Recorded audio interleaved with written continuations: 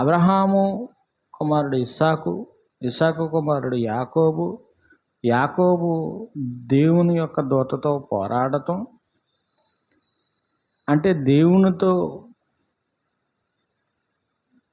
తన యొక్క పోరాటం ఎంతవరకు అంటే, ఇక సమయం అయిపోయింది నేను వెళ్ళాలి అంటే ఇక విడిచిపెట్టినప్పుడు తొడగూటి మీద కొట్టడం, ఇక నీవు ఇదిగో నాతో పోరాడవు కాబట్టి ఇక నుండి నీవు మోసగాడిగా ఉన్న నీవు ఇక నీ పేరు ఇశ్రాయేలు కింద నేను మారుస్తున్నాను, నీవు మనుషులతోనే కాదు దేవునితోనే పోరాడవా, పోరాడాడు కాబట్టి నీ సంతతి నుండి వచ్చే వాళ్ళంతా కూడా ఇశ్రాయేలు అనబడతారని ఇశ్రాయేలు అని పేరు పెట్టాడు యాకోబుకి.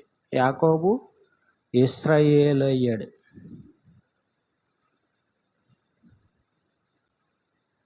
పునాదులు గల పట్టణానికి మూలం ఈ 12 మంది ఇశ్రాయేలీల గోత్రికులు.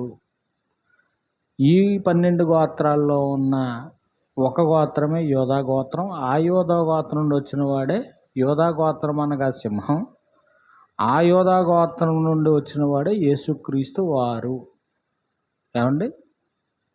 అలాగే ఇప్పుడు పాత నిబంధన గ్రంథంలో మోషే గారు చెబుతున్న